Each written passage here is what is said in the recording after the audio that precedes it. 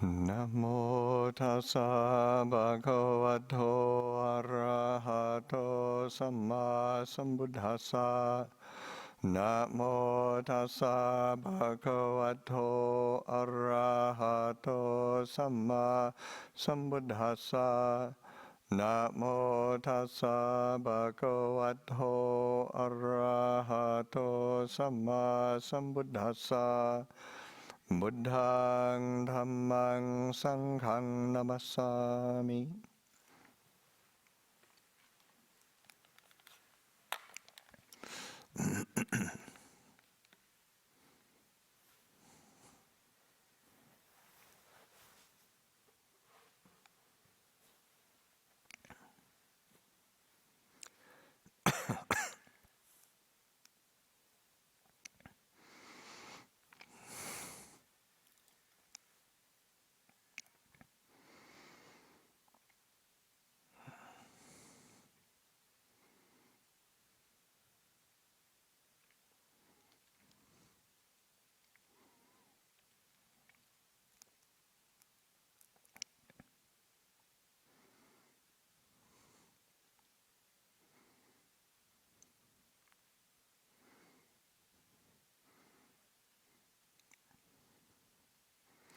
So for us here at the monastery, we're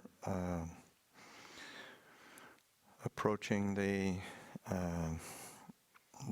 latter part of the traditional rains retreat, and say whether one is resident here or not, I'd just like to encourage everybody to to use the time skillfully, and in particular, really paying attention to just the fundamental training of the mind. It's just so easy to get distracted, get lost, get caught up in whatever. There's an endless opportunity for things to get caught up in, get distracted by, and we miss the opportunity to understand our own minds, our own hearts. And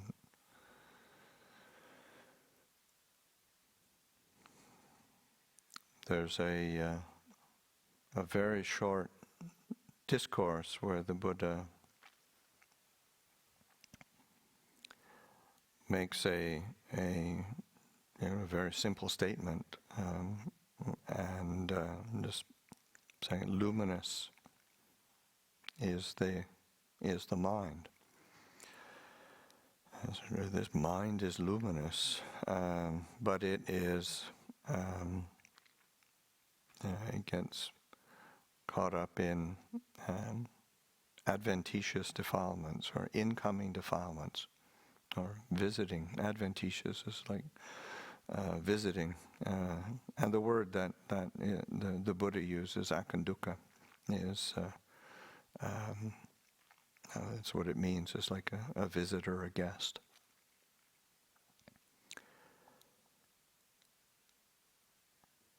And saying, it gets disturbed, it gets tainted by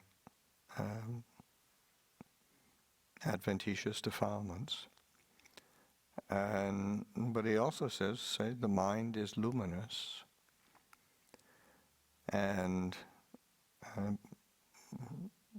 but it can be freed from adventitious defilements.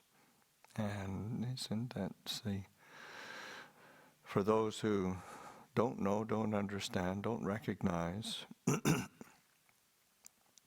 that that truth, then so one can get caught up and get bogged down in those adventitious defilements, those visiting taints of the mind or stains on the mind. and that that's what we end up becoming. And of course, the opposite is true. In that understanding and recognizing that whatever mood of the mind or impression that is unskillful, is inappropriate, that it is a visitor.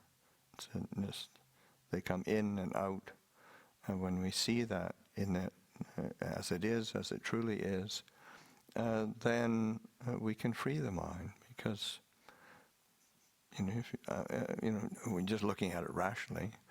Okay, I've got this choice between a luminous, radiant mind or these stupid defilements and that I keep plaguing me and making me miserable. Okay, so what choice do I make? And of course, we don't see it clearly, that's exactly the problem. So, but that's for someone who does understand and who is clear and who trains the mind, trains the heart. Then it's obvious that radiant, luminous mind, that experience of the radiant, luminous mind is beyond price, beyond value, beyond the either stimulation, titillation, complication of whatever proliferation we've come up with. It's not really comparable. So it's just learning how to be clear, and that's why the Buddha said, for one who knows that, then there is a training of the mind. There is that possibility of training, and as long as we don't recognize that and see that and acknowledge that, then it's very difficult to train, because we'll just go for the easy way out, go for the habit, go for the familiar, and then grumble and complain about it. So it's this where there's taking that making that effort to be willing to train, and reminding ourselves, recollecting this fundamental teaching that the Buddha gives, and it's so this sense of this luminous mind. The Buddha uses Bahasara, it's like luminous, radiant,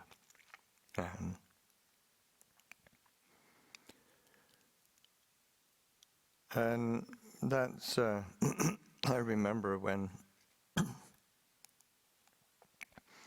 Ajahn Amaro and I were doing the book The Island. That's actually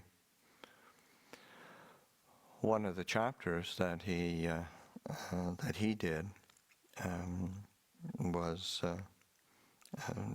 making that point, or that distinction, that making emphasis on the qualities of the mind, of that sense of knowing, or the nature of the mind being this radiance, and this quality of knowing and emptiness, and that those are intrinsic qualities to the mind, that fundamental mind, the root of the mind, the mind base.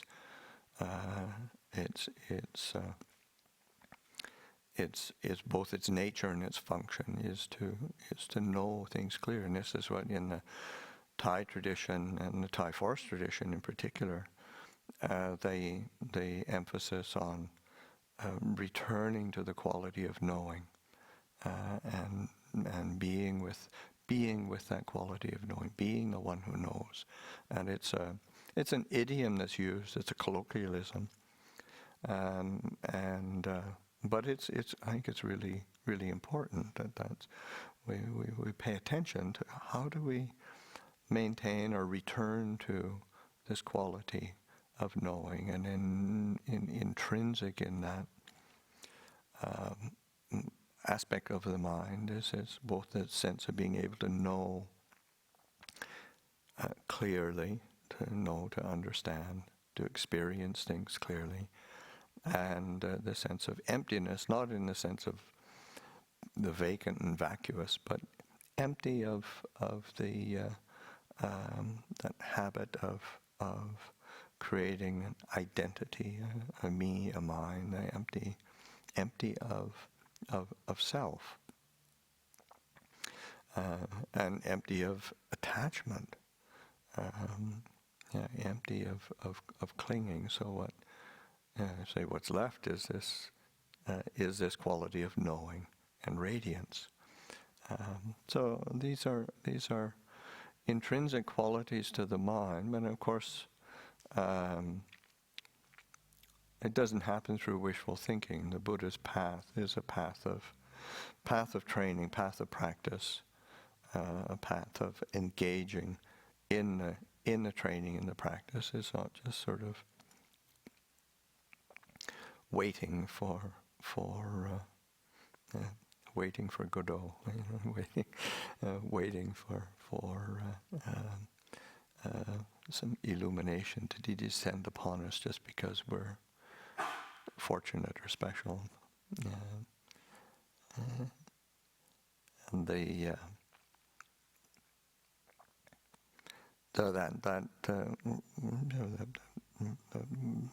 willingness to put forth the effort, and that's so that this nature of the mind. It's kind of one of the images that's often used is like say the mind having these qualities in the same way that water has say the qualities of fluidity or viscosity, of wetness and of coolness and a certain clarity of so that there you can't sort of separate out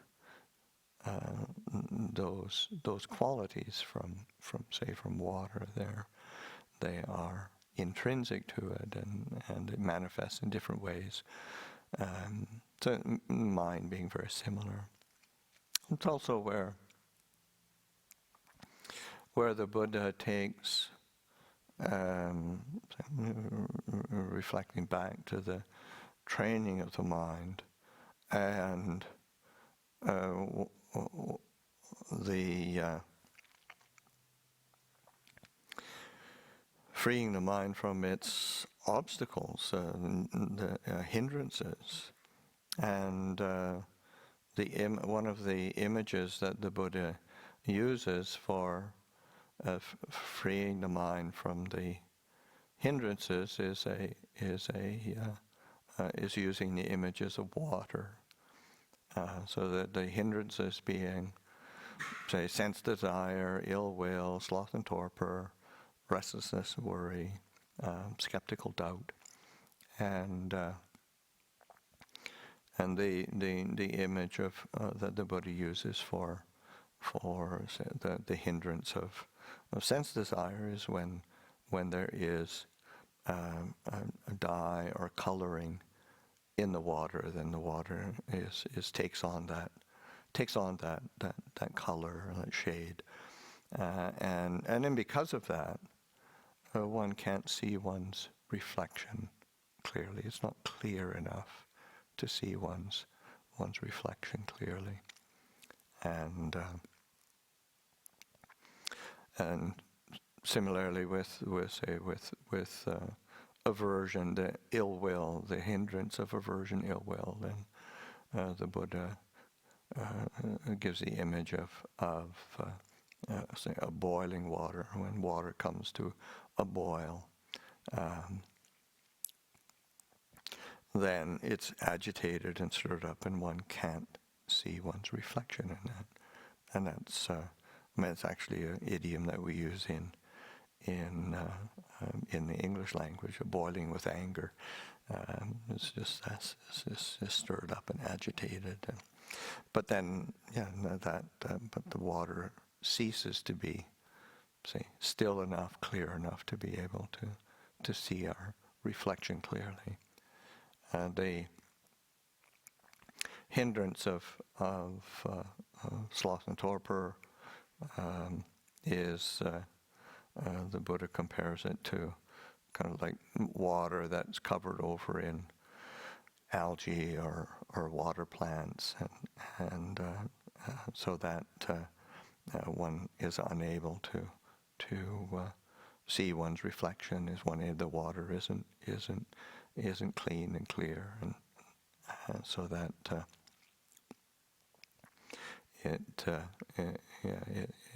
it's one isn't able to see one's reflection.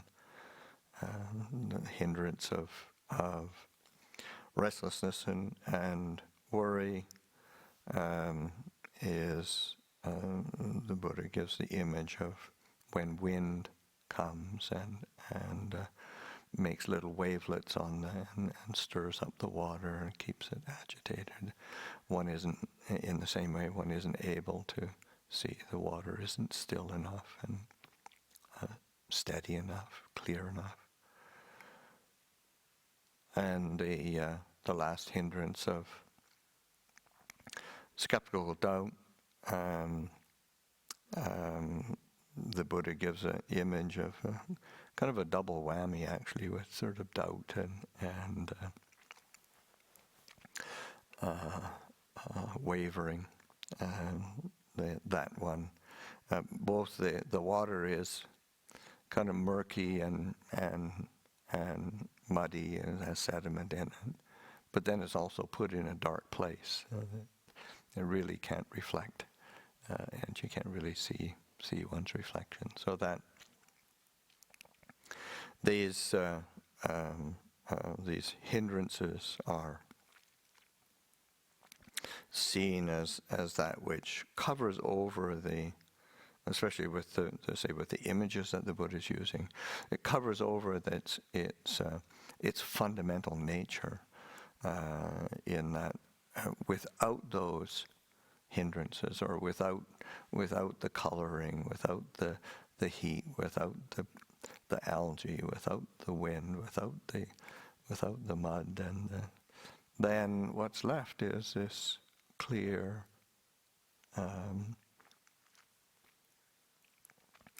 still water that is able to reflect back. So that in the same way that our mind, again coming back with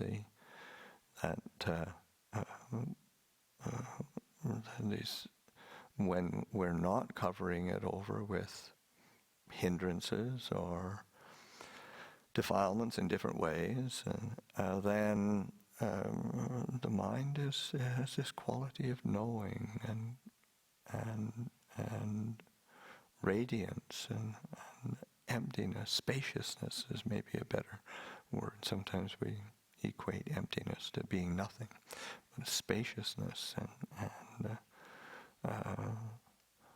a stillness that we're able to see our true nature and see our relationship with the world around us in a way that allows us to be both peaceful as well as extremely happy. It's not that the goal of Buddhism is to not feel anything or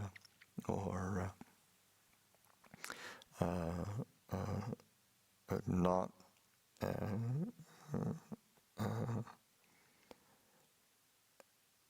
touch upon, say, those human experiences of well-being and bliss, but it's recognizing that so often we try to gain that through unskillful means, through delusion and distraction.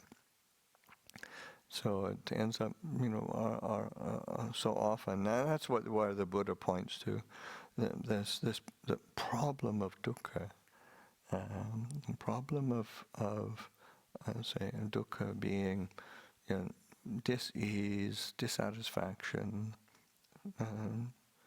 discontent, is that we as long as we keep functioning from desire and attachment, our efforts and our quest for gratification and security and peace keep crumbling, keep falling apart, and it's not that that's how do you say,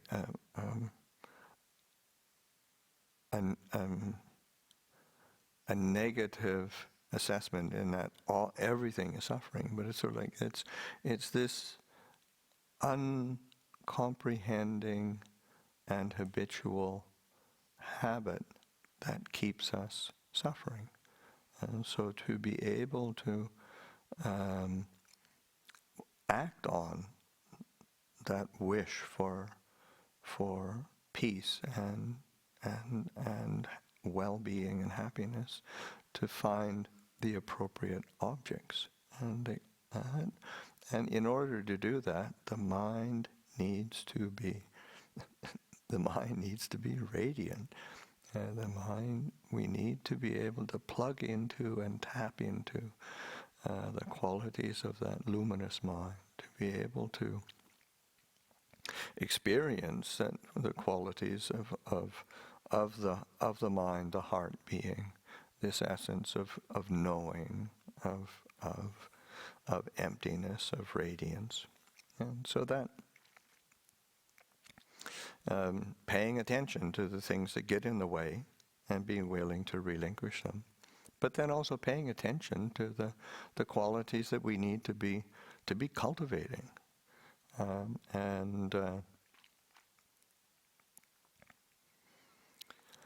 Ajahn Chah used to put a lot of emphasis in terms of cultivation, say like on the qualities of mindfulness, clear comprehension, wisdom.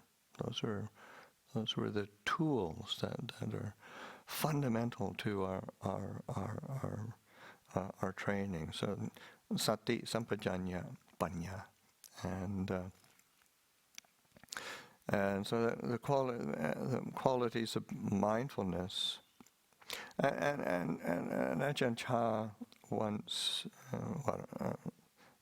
I don't know, maybe many times, but he gave the image of say like mindfulness being like the hand, sampajanya being like your arm, and panya being like the body.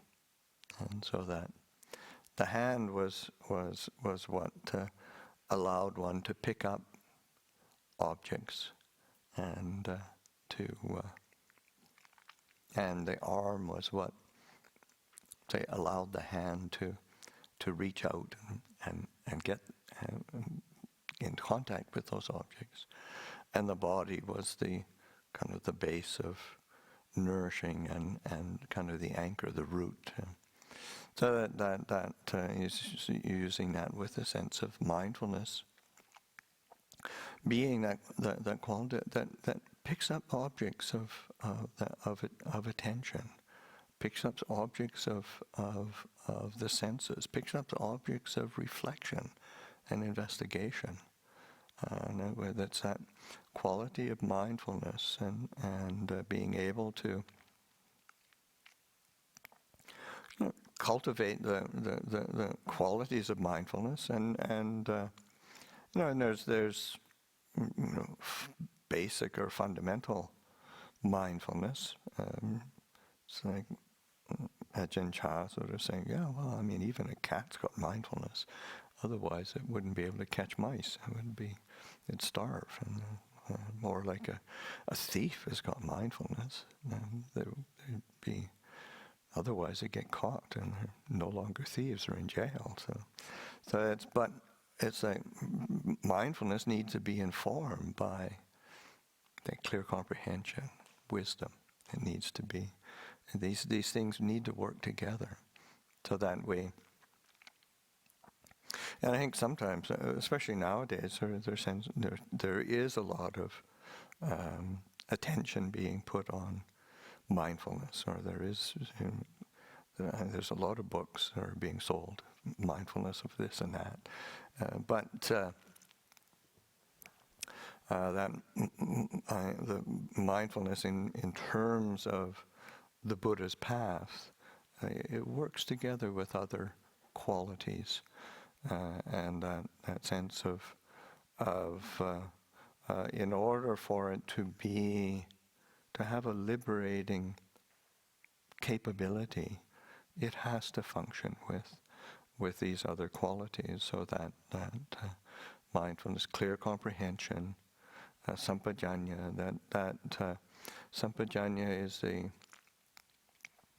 the sense of clear comprehension in terms of clearly understanding the situation, appropriateness, benefit, drawback. Those are all parts of a sense of clear comprehension in this, because you can be really, say, mindful or recognize or be aware of being, say, wanting to do something, and then there's so that one say you want to have a conversation with somebody, and then sort of go for it, but then your clear comprehension sort of recognizes, well, that person who I wanted to talk with is actually talking to somebody else, so I'll have to wait for a bit, or wait for the appropriate occasion. So it's like clear comprehension is understanding the circumstances, understanding the situation, understanding the context of what one is wanting to accomplish. And of course that, especially applying that to our meditation, then yes, we can be mindful of our breath, but we also, it's not just our breath on its own, it's our breath in context with our body. Am I, what's my posture like? What's the situation like? Am I settled? How do I do it? The clear comprehension of the kind of effort that I'm putting in. Is it too much? Is it too little? Is it working? Is it not working? There's aspects of clear comprehension. And then the say mindfulness, clear comprehension, wisdom, discernment, panya. And in the Buddha's teachings, say panya or wisdom, discernment, is always rooted in a clear understanding of the true nature of things. So the clear understanding of the impermanent, uncertain, inconstant nature of all phenomena, of the quality of anicca. Anicca, dukkha, anatta. These are the basis of discernment, and so that seeing things in that sense of and of course Ajahn Chah would emphasize over and over and over again this quality of anicca, and particularly from the perspective, I mean not always, but particularly from that perspective of the, say, unsure, uncertain, in that It's not a sure thing. We love to deal in concrete perceptions and okay, is this black or is it white? I want to know for sure. Is it right or is it wrong?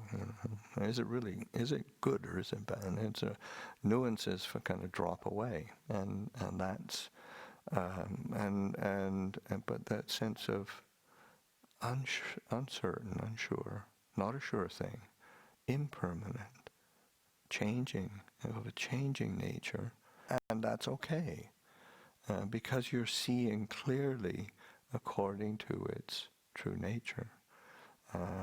And accepting that. That's what wisdom and discernment is, able to accept things in their true nature. So that, and then the sense of seeing dukkha. And again, it's not, I mentioned before, it's not dukkha in the sense of everything's miserable, but dukkha in the sense of having that recognition of if this isn't held correctly, if I don't understand this clearly, then there's going to be this element of frustration, of dissatisfaction. That's dis-ease is going to come into the experience, and so that it behooves one to be really clear and understand and on the alert to that, so that one can transform experience into that which is satisfying, brings contentment, brings peace, brings happiness, because that's what we want anyway. But when we're able to be alert to that habit and tendency, then we've got more opportunity to accomplish that. And that wisdom that sees things in their that non-self nature, that sense of empty of self. Again, it's not a negation, but it's a realize that one can't claim ownership on anything, whether it's the external world or the internal world of our moods, because everything arises and ceases according to cause and condition. It's up to us to understand the cause and conditions, so that we're, rather than trying to place our identity in that continuum, which is always going to be frustrating. So this sense of that mindfulness, clear comprehension, discernment, working together, supporting each other in the same way that the hand, the arm, the body work together. They're all working together, and that's how it, naturally should be working. And of course that takes training, that takes practice, and being able to give oneself to that training and returning to that quality of knowing, that knowing clearly, seeing clearly, and sense of that emptiness in that one's, not giving undue importance to phenomena, and this quality of radiance, the luminosity.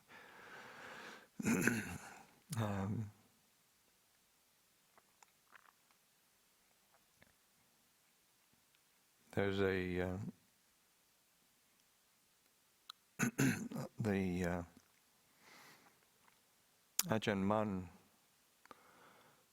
wrote a very beautiful poem. It's quite long, but and there's many gems of wisdom within it.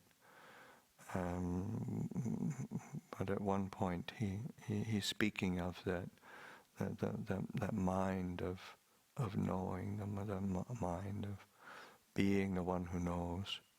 And what does it know? And he says, and so when things are seen clearly, and so it's like the Dhamma is the Dhamma, the khandhas are the khandhas. Khandhas has been, because the name of the poem is Ballad of the Liberation from the khandhas, and khandhas being those bases of being, bases of identity. It's seen clearly, and the Dhamma is the Dhamma, and the khandhas are the khandha, that is all. And it's really beautiful, because it's just like, because it's that when we get tangled up in identity and proliferation and assumption and fear and desire, then we just keep spinning. But when we're able to see, this is the true nature of things. This is just the khandhas. It's like Ajahn Pasanno. He gives the image, and he'd use it quite a lot. The image of like oil and water being put together in the same jar, and then when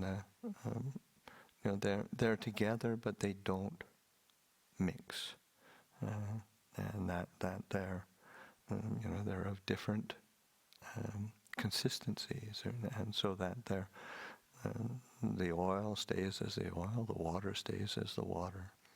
And he said it's like the mind and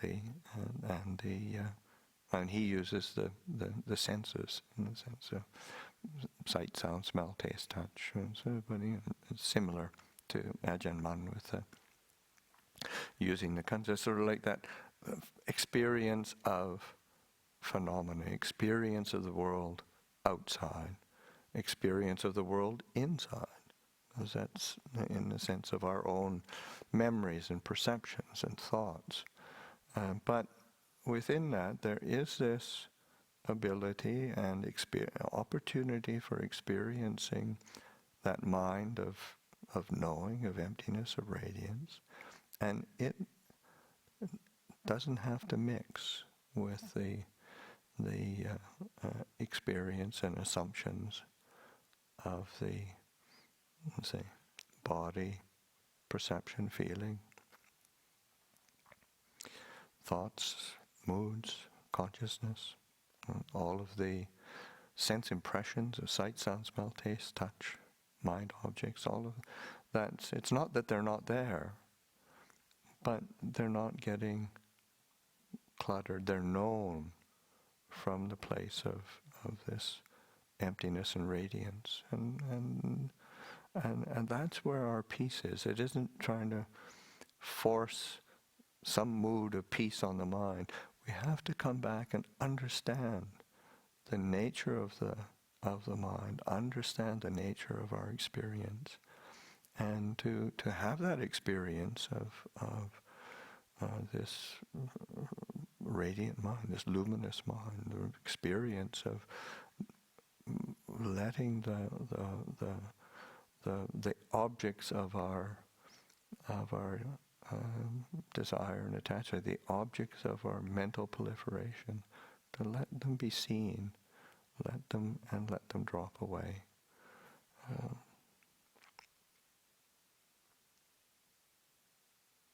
I'll leave that for reflection today.